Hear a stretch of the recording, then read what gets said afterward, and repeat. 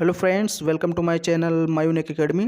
Friends, आज के इस वीडियो में हम लोग एक एक्सप्लेनेशन करेंगे आर्म्स एंड द मैन का। ओके, तो ये जो प्ले है इसको मैंने डिटेल समरी में पढ़ाया है। तो इसके टोटल 9 पार्ट हैं। बेसिकली इसके 3 एक्ट हैं, act first, act second, act third. तो उसको मैंने आपको डिटेल में पढ़ा दिया है। ओके, तो आप हमारे चैनल पर उसको देख सकते हैं। अब कुछ मोस्ट इंपॉर्टेंट एक्सप्लेनेशन भी हम लोग कर लेते हैं। मैंने कैरेक्टर चारों करा दिया है, और भी जो क्वेश्चन होंगे मैं करा दूंगा। फिलहाल अब मैं आपको यहाँ पर थोड़ा सा एक्सप्लेनेशन करा दूं जो कि इम्पॉर्टेंट है, आ सकते हैं। ओके, तो चलिए आज हम लोग एक्सप्लेनेशन फर्स्ट देखेंगे।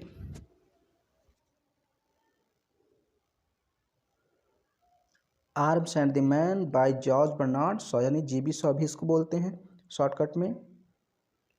एक्सप्लेनेशन 1 देखिए, एक्सप्लेनेशन आपके पेपर में इतना लाइन दिया रहेगा। ओके, और इसका आपको एक्सप्लेनेशन करना रहेगा। ये पेपर में आएगा, इसको आपको ध्यान से पढ़ना है। मैंने आपको समरी पहले पढ़ा दी, उसको आप देख लीजिए। अवर गैलेंट स्प्लेंडेड बुल्गारियंस विद, ये जो लिखा है ये आएगा। इसको मुझे पढ़ना नहीं, क्योंकि इसको नहीं समझाना, मुझे आपको एक्सप्लेनेशन लिखना सिखाना है कि कैसे लिखा जाता है। ओके, तो बेसिकली ये आपको पैराग्राफ थोड़ा पहचानना आना चाहिए कि कौन सा पैराग्राफ कहाँ से लिया गया है, किस बुक से लिया गया है। ओके, तो इतना आएगा। अब इसको आपको लिखना रहेगा।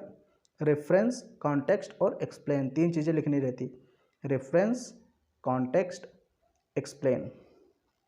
अब देखिए यहाँ पर आप एक चीज़ देख रहे हैं कि भाई मैकबेथ, मैंने मैकबेथ पढ़ाया था, तो उसमें आपको बताया था कि रेफरेंस अलग लिखिए, कॉन्टेक्स्ट अलग लिखिए। तो देखिए, लिखने का 2 तरीका होता है, समझा देता हूँ आपको। या तो आप रेफरेंस अलग लिखिए, कॉन्टेक्स्ट अलग लिखिए, वो वाला लिख दीजिए, या आप पर डिपेंड करता है। या फिर आप चाहें तो रेफरेंस टू द कॉन्टेक्स्ट करके दोनों एक ही में लिख सकते हैं। ओके, चाहें तो दोनों एक ही में लिख सकते हैं, नंबर बिल्कुल मिलेगा। ये भी एक तरीका है। ओके, बड़े लोग अक्सर ये चीज़ें यूज़ करते हैं। जो आपने बोला रेफरेंस, कॉन्टेक्स्ट, वो अक्सर 7, 8, 10 तक, 12 तक यूज़ कर सकते हैं लड़के। आप भी यूज़ कीजिए, बीए पढ़ रहे हैं, कोई नंबर कटेगा नहीं, बिल्कुल वो भी यूज़ कर सकते हैं। ये भी मैंने आपको दोनों तरीके बता दी। तो अब आप कहेंगे सर आपने उसमें वो क्यों यूज़ किया, इसमें ये क्यों। तो पहले मैं थोड़ा आप सबको समझा दूँ। देखिए, मैकबेथ में बहुत सारे एक्ट और सीन हैं, तो उसमें क्या होता है कि ज़रूरी था कि रेफरेंस अलग लिखें, क्योंकि हर एक पैराग्राफ में, हर एक एक्सप्लेनेशन में आपको एक्ट और सीन लिखना पड़ेगा। लेकिन इसमें 3 ही एक्ट हैं, इसमें कोई सीन वगैरह नहीं है। तो इसलिए यहाँ पर ज़रूरी नहीं कि आप एक्ट लिखें या सीन लिखें। यहाँ पर बस आपको लिख देना है कि ये जीबी शॉ के प्ले से ली गई है। तो इसलिए यहाँ रेफरेंस का कोई महत्व है नहीं, इसलिए हमने दोनों एक ही में लिख दिया। ओके, बस यही कारण था। अब देखिए, रेफरेंस टू द कॉन्टेक्स्ट लिखना है। इसमें क्या लिखना है आप यहाँ पर देख लीजिए। मैं कलर चेंज करता हूँ इसका। देखिए, these lines appear in GBs. देखिए, जीबीज यानी जीबी के, जीबीज का मतलब क्या है, जीबी के। दीज लाइन अपीयर, ये लाइनें प्रस्तुत की गई हैं, यानी प्रस्तुत होती हैं। इन जीबीज प्ले, यानी जॉर्ज बर्नार्ड शॉ के प्ले में, यानी नाटक में, आर्म्स एंड द मैन। और वो नाटक कौन सा, आर्म्स एंड द मैन, यानी कि जॉर्ज बर्नार्ड शॉ के नाटक आर्म्स एंड द मैन में ये लाइनें प्रस्तुत की गई हैं, यानी उन्हीं से ये लाइनें ली गई हैं। ओके, फिर आगे है, Raina is standing on the balcony. Raina balcony में खड़ी है। थोड़ा सा आपको देखिए, ये रेफरेंस आपने एक लाइन में बता दिया। ये रेफरेंस कहाँ से लिया गया है, तो आर्म्स एंड द मैन से लिया गया है। रेफरेंस आपने बता दिया। अब ये जो रैना से है, ये कॉन्टेक्स्ट हो जाएगा आपका। तो चाहे तो आप इसको अलग अलग कर सकते हैं। अब चूंकि रेफरेंस छोटा सा था इसमें, इसलिए मैंने उसको एक ही में कर दिया। एक लाइन, अगर 2-3 लाइन का रेफरेंस होता तो ठीक रहता। एक ही लाइन का था, इसलिए मैंने दोनों एक ही में कर दिया। अब कॉन्टेक्स्ट आपको यहाँ से शुरू करना। देखिए, Raina is standing on the balcony offer bed chamber, यानी कि जो रैना है, इस प्ले की हीरोइन है, वो अपने रूम के बेड चैम्बर, मतलब जो ऊपर का रूम है, ओके, छत पर, उसके बालकनी के पास खड़ी हुई है। स्टैंडिंग का मतलब खड़ी हुई है। She is enjoying the romantic beauty of the night, और रात के सुहावने पल का वो मज़ा ले रही है, इंजॉय कर रही है। ओके, जैसे आप छत पे जाइए, आपका रूम अगर किनारे है, किनारे साइड में, बीच में नहीं, तो आप खिड़की खोलिए तो बहुत ही अच्छी हवा आएगी रात की। तो ऐसे रैना खड़ी थी, बालकनी के पास, बालकनी मतलब खिड़की नुमा होता है, ओके, छज्जा आप कह सकते हैं, तो उसके पास खड़ी थी और बढ़िया हवा ले रही थी, इंजॉय कर रही थी romantic beauty of the night, यानी कि खुशनुमा रात का, या आप कह सकते हैं खुशनुमा रात का इंजॉय कर रही थी। Her mother Catherine reach there, उसकी जो माँ थी कैथरीन वहाँ पर पहुँच जाती है। शी इन्फॉर्म्स हर, वो उसको बताती है, दैट कि सर्जियस रैनाज लवर, जो कि रैना का लवर था, हैज़ ओन अ विक्ट्री, जीत लिया है, एट सिल्विंटिजा को, यानी सिल्विंटिजा में जो युद्ध चल रहा था उसमें सर्जियस ने जीत प्राप्त कर ली है, यानी सिल्विंटिजा के युद्ध को जीत लिया है। किसने? सर्जियस ने। और सर्जियस कौन था? रैनाज लवर, रैना का लवर था, प्रेमी था। ये कौन बता रहा है? उसकी माँ। रैना अपने घर में अपने बालकनी में एंजॉय कर रही थी रात का, तभी उसकी माँ आती है और कहती है कि मुबारक हो, तुम्हारे होने वाले पति ने युद्ध को जीत लिया है। She ask her mother to tell about the story, वो कहती है मामा, माँ, मामा नहीं कहती, माँ, माँ कहती, मतलब 2 बार मामा। कहती मम्मी मम्मी बताओ कैसे जीता उसने, मुझे तो विश्वास ही नहीं होता कि वो युद्ध जीत सकता है। ओके, तो इतना आपको लिखना है। अब ये कॉन्टेक्स्ट का मतलब होता है भाई कि इसमें क्या कहा गया, उसका थोड़ा सा संक्षेप में उसको लिख दीजिए, तो आपने बता दिया। अब इसको थोड़ा सा डिटेल में करके आप एक्सप्लेनेशन लिख दीजिए, बस हो गया आपका एक्सप्लेनेशन। देखिए explanation, Catherine tells Raina, Catherine यानी कैथरीन रैना की माँ है, तो अपनी बेटी रैना को बताती है हाउ, कि कैसे, Sergius on the day, Sergius ने दिन कैसे जीत लिया। अब दिन जीतने का मतलब उस दिन उसका दिन था, यानी कि उसने युद्ध जीत लिया। तो सर्जियस बताती है कि कैसे जीता। अब आगे देखिए कैसे बताती है।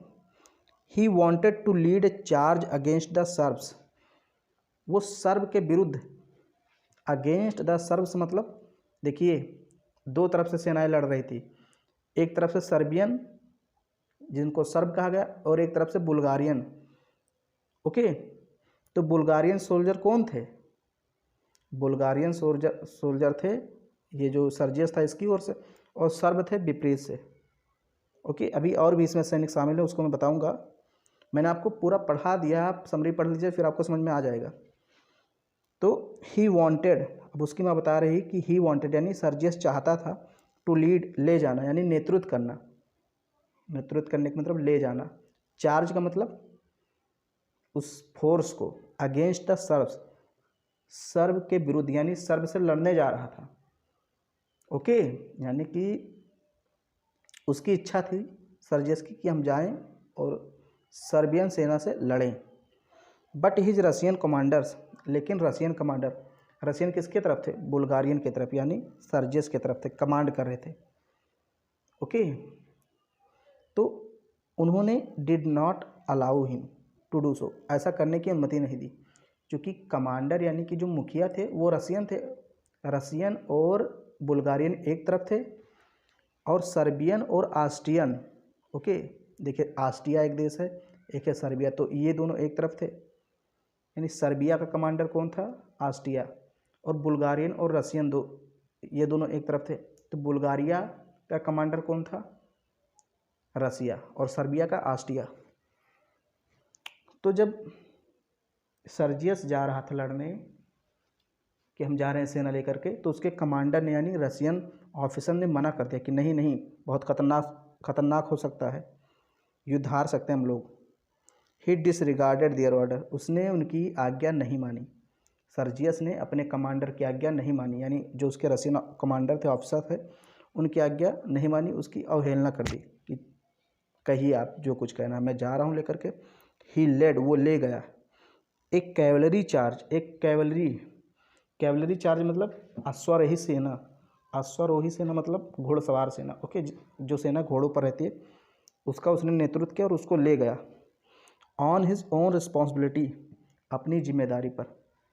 ओके, कौन? सर्जियस एक अश्वारोही सेना लेकर के आगे बढ़ा अपनी जिम्मेदारी पर। ये कौन बता रहा है? उसकी माँ बता रही है रैना को सबकी कैसे युद्ध जीता। He and the Bulgarian soldiers with him, वो और उसके साथ बुल्गारियन सिपाही, चूँकि सर्जियस कौन था? बुल्गारियन था। तो जब सर्जियस आगे बढ़ा तो उसके साथ बुल्गारियन सिपाही भी आगे बढ़े। मूव्ड का मतलब बढ़े, फॉरवर्ड का मतलब आगे, ब्रेवली का मतलब बहादुरी से, यानी सर्जियस और उसके बुल्गारियन सैनिक बहादुरी से आगे बढ़े। फिर देखिए, ऑल ऑफ देम, उनमें से सभी के पास, हैड मतलब था, शाइनिंग शार्प चमकता हुआ तेज, स्वॉर्ड्स का मतलब तलवार, यानी उन सभी के पास, जो सर्जियस के साथ सैनिक जा रहे थे लड़ने, उन सभी के पास चमकता हुआ धारदार तलवार था, यानी तलवारें थी उन सभी के पास। इन दियर हैंड्स, उनके हाथों में। ओके, तो उन सभी के हाथों में तलवारें थी। Their eyes were red with anger, उनकी आंखें क्रोध से एकदम लाल थी। अब आपकी आंखें क्रोध से लाल कब होंगी? जब आप या तो बहुत जोश में होंगे या बहुत गुस्साए होंगे कि अब दुश्मन को एकदम ख़त्म कर देना है, उनकी मतलब एकदम कह सकते हैं उनका नामो निशान मिटा देना है। तो सर्जियस के साथ में जो सेना थी वो हाथ में तलवार लिए हुई थी, उनके आँख गुस्से से या हम कह सकते हैं जोश से एकदम लाल लाल थी पूरी आँख कि चलो आज इनका खात्मा कर देंगे। विद वन विल, एक ही इच्छा के साथ, यानी उनकी एक ही इच्छा थी। एंड एट वन टाइम, और एक ही समय, दे अटैक्ड दियर एनिमीज, उन्होंने अपने शत्रुओं पर आक्रमण कर दिया। विद वन विल, यानी एक इच्छा से, ऐसा नहीं कि किसी ने पहले आक्रमण किया किसी ने बाद में, किसी की इच्छा बाद में, किसी ने कहा हम अभी नहीं आक्रमण करेंगे, ऐसा करते तब तो हार जाते। सभी ने एक ही इच्छा जाहिर की, चलो, और एक ही समय पर अपने शत्रुओं पर आक्रमण कर दिया। Okay, at the time a very great noise was produced, उस समय बहुत बड़ी आवाज़ उत्पन्न हुई। जब तलवारें लड़ने लगी खाट खाट खाट खाट, तो एक ग्रेट नॉइज़, नॉइज़ का मतलब शोर शराबा, प्रोड्यूस्ड मतलब उत्पादित हुआ या उत्पन्न हुआ। ओके, देखिए अब ये लाइन देखिए बहुत ही, इन नो टाइम, थोड़ा सा भी समय नहीं लगा। इन नो टाइम का मतलब क्या है? थोड़ा सा भी समय नहीं लगा। देखिए छोटा सा वर्ड है लेकिन हिंदी में इसको कितना बड़ा बोलना पड़ेगा। इन नो टाइम, थोड़ा सा भी समय नहीं लगा। दे स्कैटर्ड, वे बिखर गए यानी टूट पड़े। द अनफॉर्चुनेट सर्ब्स, दुर्भाग्यशाली सर्बों पर, सर्ब मतलब जो सर्ब के सैनिक थे जो विपक्ष में लड़ रहे थे, विरोधी थे, उन पर, वो बेचारे, दुर्भाग्य तो उनका था कि हम लोग उन पर टूट पड़े, बेचारे मारे गए। ओके, तो वही कह रहे हैं कि दे स्कैटर्ड, यानी कि जो बुल्गारियन सैनिक थे जो सर्जियस के साथ में गए थे, वो स्कैटर्ड मतलब टूट पड़े या बिखर गए एकदम उन पर। जैसे इकट्ठे तो एक ही आदमी तो मारोगे नहीं, युद्ध में लड़ने जाओगे तो कोई इधर दूसरे लड़ेगा, कोई तीसरे से, कोई चौथे से, तो ऐसे सब लोग बिखर गए एकदम। ओके, और किस पर बिखरे? द अनफॉर्चुनेट, बेचारे सर्ब सैनिकों पर, यानी सर्ब सैनिकों पर सब लोग टूट पड़े। अब चाहे उनको दुर्भाग्यशाली कह लीजिए, चाहे बेचारा कह लीजिए, जो मन कहे। And their smartly dressed Austrian officers words, और उनके बढ़िया पहने बढ़े ऑस्ट्रियन ऑफिसर्स पर भी टूट पड़े जो स्मार्ट थे। स्मार्टली मतलब स्मार्टली ड्रेस्ड यानी अच्छे से पहने हुए थे, यानी कपड़े अच्छे से, ऑफिसर हैं तो बढ़िया लाल पीला बिल्ला वगैरह सब कुछ, मोहरे वगैरह सबको लगाए रहते हैं ना, जिसमें क्या मिलता है यहाँ पर, क्या कहते हैं उसको, छाती के पास लगाए रहते हैं, सिक्के लगाए रहते हैं, 4-5 ऑफिसर लोग होते हैं आर्मी के, तो वेल ड्रेस्ड एकदम थे बढ़िया से, उन पर भी बुल्गारियन सेना टूट पड़ी। ओके, इन अदर्स वर्ड्स, अन्य शब्दों में कहें तो, so powerful was the attack, attack इतना पावरफुल था, यानी बुल्गारियन का अटैक इतना, यानी जो सेना सर्जियस के साथ गई थी वो इतनी पावरफुल अटैक की उसने, इतना धुआंधार आक्रमण किया, that the shrubs could not withstand, कि वो जो सर्बियन थे, सर्ब के लोग थे, विरोधी सैनिक थे, वो टिक नहीं पाए। विद स्टैंड का मतलब खड़े नहीं हो पाए। एंड चेक इट, और रुक गए, यानी उन्होंने आत्मसमर्पण कर दिया। टू सेव दियर लाइफ्स, अपनी जान को बचाने के लिए, दे रैन पेलमेल, वे पेलमेल भाग गए, मतलब भाग गए। अब पेलमेल कोई स्थान का नाम रहा होगा या फिर कोई दूसरा वर्ड होगा, आप देख लीजिए। पेलमेल का मुझे यहाँ मतलब नहीं समझ में आ रहा है और मैंने इसको सर्च भी नहीं किया, तो सॉरी मैं इसका मतलब नहीं बता पा रहा हूँ। बट इतना ज़रूर कहूँगा कि वो लोग भाग गए, जो दुश्मन सेना थी वो भाग गई। तो पेलमेल का मतलब होता, मैंने अभी देखा है, ओके, ये मुझे कंफर्म नहीं था। तो पेलमेल का मतलब होता अव्यवस्थित, ओके, यानी कि अव्यवस्थित रूप से वो लोग भागे, यानी कोई इधर भागा। अब जब मार पड़ती है भाई पुलिस की, तो क्या आप ये देखेंगे कि रास्ता किधर है, जिधर हमारा दोस्त जा रहा है उधर ही भागे, जिधर मन कहेगा उधर भागेंगे। तो अव्यवस्थित रूप से, पेलमेल का मतलब जब सर्बियन पर बुल्गारियन ने अटैक किया तो सर्बियन सैनिक अव्यवस्थित रूप से इधर उधर भागे। दे रैन, रैन का मतलब भागे, पेलमेल का मतलब अव्यवस्थित रूप से। फिर देखिए आगे, just as the husk separated from grain flies here and there with the force of the wind. आप देखिए बहुत ही अच्छी लाइन, जस्ट जैसे, एज द हस्क जैसे कोई भूसी, सेपरेटेड अलग होती है, फ्रॉम ग्रेन से, फ्रॉम ग्रेन मतलब अनाज से, जैसे जब कोई भूसी अनाज से अलग होती है, फ्लाइज हियर एंड देयर इधर उधर भागती है, उड़ती है, ओके। आप अपना गेहूं दबाते हैं या उसको भूसी उससे अलग करवाते हैं जब थ्रेसर के द्वारा, तो भूसी इधर उधर भागती है, ओके। तो जैसे अनाज से अलग हुई भूसी इधर उधर भागती है with the force of wind, हवा के फोर्स से, यानी हवा के बल से, हवा ही तो मतलब उनको इधर उधर भागने के लिए मजबूर करती है। इन द सेम वे, ठीक उसी प्रकार सर्बियन सोल्जर्स ने एंड देयर ऑस्ट्रियन ऑफिसर्स, और उनके Austrian officers were sent flying, भाग गए, इन ऑल डायरेक्शन, सभी दिशाओं में।